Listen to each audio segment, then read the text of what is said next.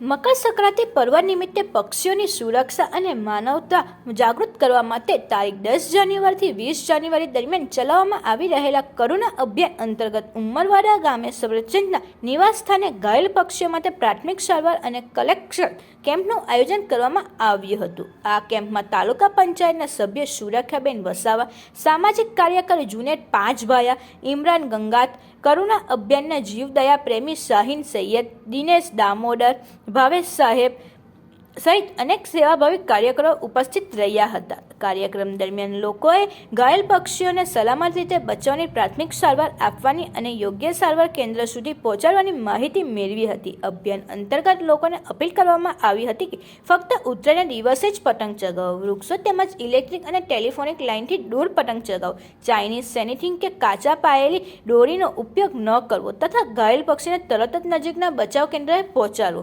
તે સાથે જ ઘાયલ પક્ષીના મોઢામાં પાણી કે ભોજન ન મૂકવું, પોતાની રીતે સારવાર ન કરવી, પાણી ન રેડવું તેમજ રાત્રિના સમયે ફટાકડા ન ફોડવા જેવી મહત્વપૂર્ણ સૂચનાઓ પણ આપવામાં આવી હતી.